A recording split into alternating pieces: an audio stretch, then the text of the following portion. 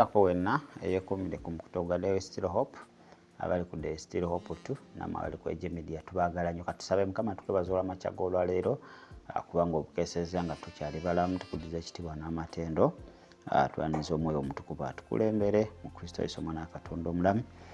Amina. It is a Saturday weekend ndowooza luba lunaku lwa mikolo mwite kwalinisa hotel abalina birthday embaga n'ebintu ebirala honeymoons muyitireyo ate ebintu bijja kuba nga bitambula bulungi nnyo ekifo kituukaganye ate n'omutindo gw'ensi yonna ate muyitireyo services zonna ojja kuba ng'ozifuna olunaku lwaleero. Nina ebintu bisatu bye njagala twogereko. Leero njagala tube abantu abali observative w'abantu abatunuulira ensonga munda waazo. Natudde wansi nendaba nti mu bantu abagenda okusooka oyingira geyeena oba bayinza okuba nga bayingira geyeena. I'm not judging but okusinziira ku nze bantu babika bisatu. Ekisooka abantu bannagenda mu geyeena, bantu bannagenda mu ggulu n'abafaanaganako bwe batyo. Kubanga why? These people have misled the congregation. Bano abantu balimbye nnyo. Si bonna. Ekisooka wabanga kituufu Katonda yamuwa okwolesebwa bongeramu ebintu bingi nnyo ebitali mu kwolesebwa kwabwe. Nga Daily Still Hope tukuleetera abantu ab'enjawulo ne bava obujulizi. Tukikola one tukimanyi nti Katonda yabawa omwoyo w'amagezi okutegeera n'okubikkulirwa. Okitegeera kivuga nti abantu abo twalekera obanga tubakayanya mu kamera. Baka nze nina okutegeera okwange nawe olina okutegeera, buli omu alina okutegeera ki? Okutegeera ate okwenjawulo okusinziira ku level ki? Level gy'aliko. Naye banaye mwekambabuulire mu abatulaba n'abatuwuliriza. Saba nnyo Mukama akuwa omwoyo w'okubikkulirwa. Kubanza kyenzudde mmwe n'abantu abalimba temusaba bategeera. Weewaawo ebintu ebimu bye boogera bituufu. Naye ate obulimba bungi. Obulimba bususse. Ate guno omulembe Sitaani ategedde nti ekkanisa ebintu byeyagala owuliriza agenda mu ggulu, agenda mu geyeena, akolera Sitaani. Era saa zino omuntu ayagala otandika ekkanisa ebyo byajjirako. Nagenda mu ggulu, Mukama nandaga bino, nagenda mu geyeena. Awo ekkanisa agenda kujjuza. Kuba abantu be baagala okola ki? Naye ate jjuke bano abantu be boogereramu abasinga bato mu mwoyo. Bano abantu be boogeramu abasinga sina balokole. Balokokera ku ebyo ebigambo. Naye wootwala akadde you examine most of the words abantu bano be boogera. These words are not coordinating. I'm not going to mention anybody. Naye bino ebigambo tebikwatagana. If you examine ebintu bya geyeena n'ebintu by'eggulu abantu bano abamu be boogera, birungi byakuwulira, birungi era amatu go gawoomerwa. Naye ebintu ebimu bifumbe. Tetujja sigala nga tubaleetera abantu. Kuba tumanyi nti kati level kwoli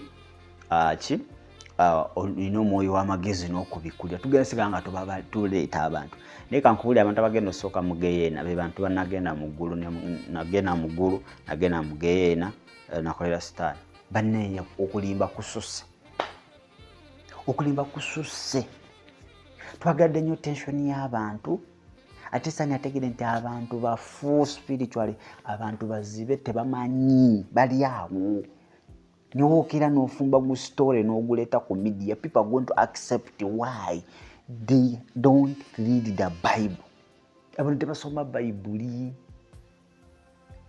Omuntu asujja n'anyumya gu story naye nga tegukwatagana na byawandiikibwa. Naye so nga azaale kunyumya ku geyeena, so nga azaale kunyumya ku ggulu, abantu bakkiriza. Kakati ffe tulina obuzibu ffe abajja ne tukuba tooki.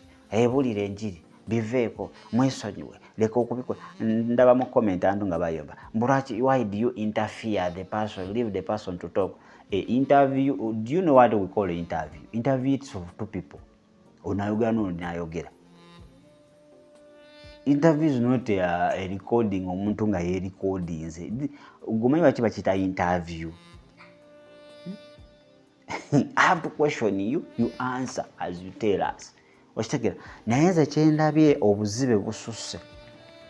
kanisa nzibe abantu bazibe ate sani ategedde kanisa ate yo nzibe emirundi 1,000 nzibe nange ndesimanyina kumanya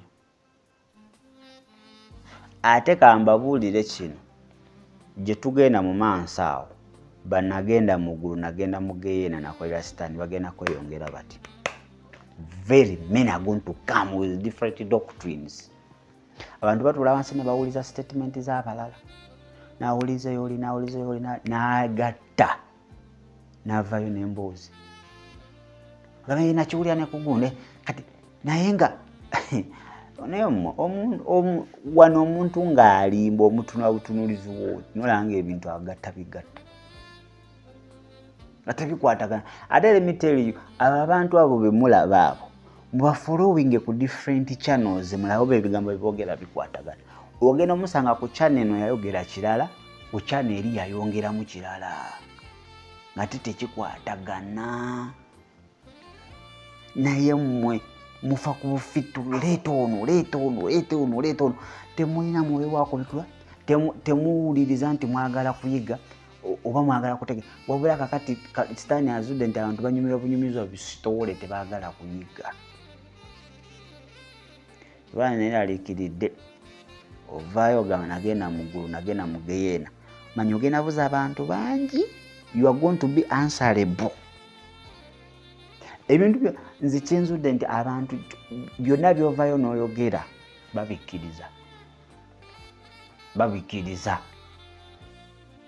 n'okera ku makya n'obagamba nsula mu ggulu ku makya n'enkomawo n'enkola emirimu ku nsi people are going to accept teri agenda nakuwakana ogebenze bulina kumbeera mu ggulu bulina kumbeera mu geyeena abantu bagenda kukkiriza abantu tebategeera byawandiikibwa byogera bitya niwe n'abagamba muze Yesu tutula mu ntebe physically n'embeera naye nga tonywa people are going to accept kuba waliwo agambye Yokaana Omubatiza teyalaba Yesu yajja ku nsi yabikkako ekitiibwa kye yayambala omubiri Yokaana Omubatiza gwe yalaba but we are talking about Jesus oli Katonda mu kitiibwa kye obanga otugamba ekyawandiikibwa kifu teri alaba Katonda n'asigala nga mulamu n'amulaba n'amaaso ge gati olaba Musa eyanyumyanga naye yalaba mabega we teyalaba maaso ge kati ze kyenzudde nti wagenda kuvayo omuntu abagambe nze mu ggulu gyensula ku makya n'enzija ku nsi oba nsiiba mu ggulu ekiro n'enkomawo ku nsi ate mugenda kukkiriza kubanga ebyawandiikibwa temubimanyi not all of you but waliyo abantu nga bo banyumirwa bunyumirwa biboozi kale gwe zikusanze if you can't bino ebiro if you can't examine whatever someone is speaking nawabeera musumbawo nawabeerani if you don't examine that person is someone owedde nze nkubuulidde kubanga guno omulembe banagenda mu geyeena bagenda kweyongera banagenda mu ggulu bagenda kweyongera banakolera sitaani bagenda kweyongera bagenda kubajja ku bintu byonna okitegedde bagenda okubajja ku bintu byonna bagenda tuka bagenda temugenda mu malwaliro waliyo ba agent musigale waka munywe mululuuza munywe bigaji okitegedde ate abantu bajja bikola omulala ajja kujja bagambe temukozesa abo wa setaani ate nabo bakkiriza kati a lot of confusion is going to take a place naye kigenda okuyamba kubanga otuula wansi n'osoma ebyawandiikibwa Mukama akuwa omwoyo w'amagezi Mukama akuwa omwoyo w'okwawula naye nze kye neeraliikiridde zibasanze kuba bano banagenda mu geyeena bano babuzizza nnyo abantu basize nnyo obukyayi balimbye ate kati abantu beesibye ku kiri ekyawandiikibwa mbu ebintu byonna tebyawandiikibwa mbwe ebyo byayogera bituufu bintu byonna tebyawandiikibwa. Ebitawandiikibwa ani yagamba mbu byawukana n'ebyawandiikibwa? Birina okuba nga bifaanagana. They have to coordinate. Ebintu byonna birina okuba nga bicoordinatinga, nga oleeta ekitawandiikibwa nga okigatta n'ekyawandiikibwa bisa kimu, si kuba nga ate bikubagana. Ndabye abawakana mbu Yesu Katonda Kitaffe, Katonda Omwana n'Omwoyo Omutukuvu banjawulo era ne baleeta amannya ag'enjawulo. Kaakati kankuwa ekizampu, kankuweere ku nze Mugerwa Trafford Jamil. Wenzijewo ne nga nze Mugerwa, olala nenkoma ne kugamba nze Trafford, olala nenkoma ne kugamba nze Jamil. Are we different? I'm one person manifesting in 3 names. Kakati Katonda oyali tanaba kujja ku nsi kuno, yali Katonda Kitaffe Omutonzi omuyiza ebintu byonna. Bwe yayagala okujja ku nsi kuno n'afuna erinnya n'agaaka ŋŋende nga Kristo, yafukibwako amafuta. But it's the same person. We yali agenda n'agamba leka mbalekere omwoyo wange, Omwoyo Omutukuvu. Is the same person also living. Siba njawulo, but we yayagala okujja yakozesa different statements. Gamba leero wengenda kambeere nga Mugerwa, enkyanze Trafford. Kati we bagamba Mugerwa Trafford Jamil ng'ang'ana ogenda, we bagamba Mugerwa ng'ang'ana ogenda, it's the same person. Kati ne Katonda alina amannya mangi naye nga gonna gasonga ku muntu omu. Ogenda mudagana enkadde bamu amannya Jehova Jaira, Jehova what, omugabirizi omuki. That's the same person. This is the Katonda si wanjawulo. This is the same God but manifesting in different dimensions. Okusinzira ku bweki we yali ajja wano yali tasobola kujjira mu kitiibwa kye nti Katonda Kitaffe, kuba be yali azze okununula baali bagenda kufa bufi, kubanga tosobola laba kitiibwa kye nosigala ng'oli mulamu. Ng'oli mu mubiri guno tosobola laba kitiibwa kya Katonda nosigala ng'oli mulamu. So n'ayambala omubiri n'agakati kaŋŋende nga Yesu Kristo, Omwana wa Katonda omulamu, nti yazaalibwa. So yayita mu process nti omwana ng'azaaliddwa nga is the same person. Bane musome Bible. Kale nga nawe otandika obuli ng'ogenda osanga omusiraamu bw'omu ng'akubuuza Yesu n'Omwoyo Omutukuvu ne Katonda banjawulo, nti tandika Katonda ye Katonda, ate Yesu agirawa, ate Yesu nti ate mwe zitola nti bantu bali bakatonda basatu. Kubanga otuna Katonda alina byakola, Yesu alina byakola, Omwoyo Omutukuvu alina byakola. Ayinza okugamba nti these are different gods, oba bano bantu basatu ate Katonda ali omu. Kati bino ebintu bane mutule wansi musome Bible. This is the same God appearing in different forms. Ate mu buli form gye yagiramu yalina erinnya lye yagirangamu naye nga y'omu y'oyo. Katonda abayambe, kubanga ffe tetugeralekera kyaza abantu banjawulo abalina ebyo, tujja baleeta kubanga bye mwagala owulira. Ate oluusi tubireeta nga twagala kulaba your spirituality etuuseewa, okutegeera kwammwe kutuuseewa mu Katonda, mulina omwoyo w'okwawula. Naye tugenda olaba nga mwe muli bamboozi buboozi, muntu ne wabalimba ne wakwaki temwawula. Naye mmwe banagenda mu Geyeena, nagenda mu ggulu, nakolera Sitaani. Mubeegendereza abantu abo, kubanga kakati abantu bazudde omuze nti obuuminga otya nti ogenda ku siti okubulira enjiri abantu tebajja kutegeera, okubulira obutukuvu n'obutukuvu tebajja kutegeera. Jangu nagenda mu Geyeena, jangu nakolera Sitaani, jangu nagenda mu ggulu. naye tetugambye nti bonna balimba oba bonna si batuufu, naye examine bano abantu bemulaba babeera ku social media ez'enjawulo. Nzira I follow them era nze nfollowing abantu abo, nagenda mugeyeena abo, nagenda mugulu, nakola stand, babeera ku social media ez'enjawulo naye ebintu byabwe tebikoordinatinga, tebifaanagana ebintu byabwe. Wabeera ku social media eri ayogera birala tebikwatagana kubanga abyerabira si bituufu, teyabiyitamu kati atuuka ekiseera n'abikolamu edit. Waliwo gwe nawulirako emabega eyo myaka nga 8 emabega, Mukama yamulaga nti TB Joshua musajja mutuufu era enjiri ye era nti TV ye kwasiba, Mukama yamulaga. Ate wayitawo emyaka emirala nga myaka 6 ku 8 ate ajja n'okwolesebwa kulala. Kakati TB Joshua kuva dda nga munabi wa bulimba teri atamumanyi. Kati Mukama kyoyo akulaga TB Joshua nti mutuufu, ate dashika neziyitawo ate Mukama nagamba mukyamu.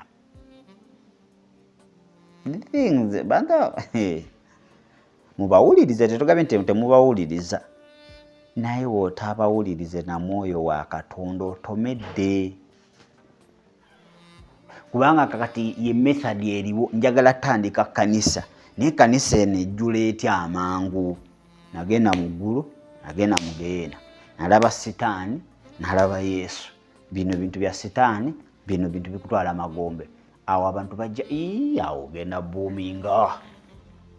Abantu kuba bibaagala, abantu bagala yigirizibwa, abantu bagala ntogambe nti kakati muze Mukama yaŋŋambye njigiriza abantu ebyawandiikibwa era mu lubereberye Mukama kitegeeza kiti oza bajja biwulira, tebasobola biwulira ebyo era ebyo ojja kweyogeza era ne YouTube channel ntono ezijja okukyaza kubanga oyajja kusajja ati abantu tebabiraba ajja gamba todda kubanga abantu Sitaani tayagala abantu bategeera amazima.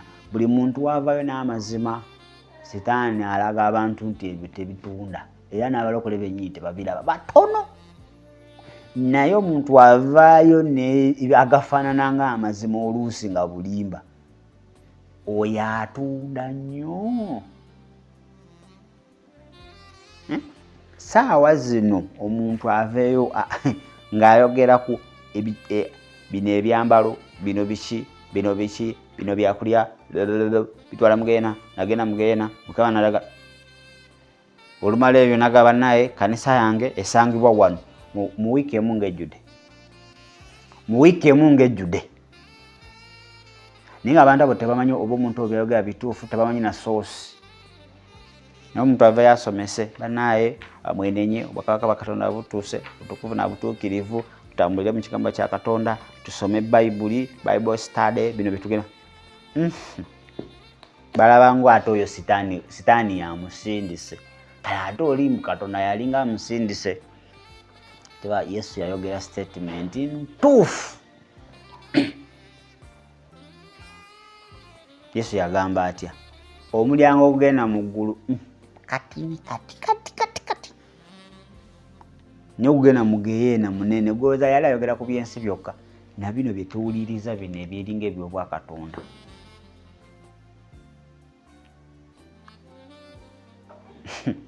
Kama akuyambe kubanga bannange bannagenda n'ekizibu n'abaana abatuufu abagendako mu geyeena n'abagendako mu ggulu abakolako Sitaani kigera buli lunaku bongeramu ebitaliyo, bakola audit. Osanga omuntu emyaka 4 emabega bye yali ayogera saa zino woddamu n'omuwuliriza bikyuka, ayongeramu n'ebitaalimu kubanga ayagala kola ki. Kama atuyambe kuba nange ngwa mu abo abakolerako omulabe, naye nze ndabye ebiga abantu abasinga kati abavaayo ebintu ebikwatagana. Banakolera Sitaani tuyinza ofuuka enku, banagenda mu ggulu tuyinza obeera enku, banagenda mu geyeena tuyinza obeera enku. why bane tuveyo twogera amazima tuleme kwongeramu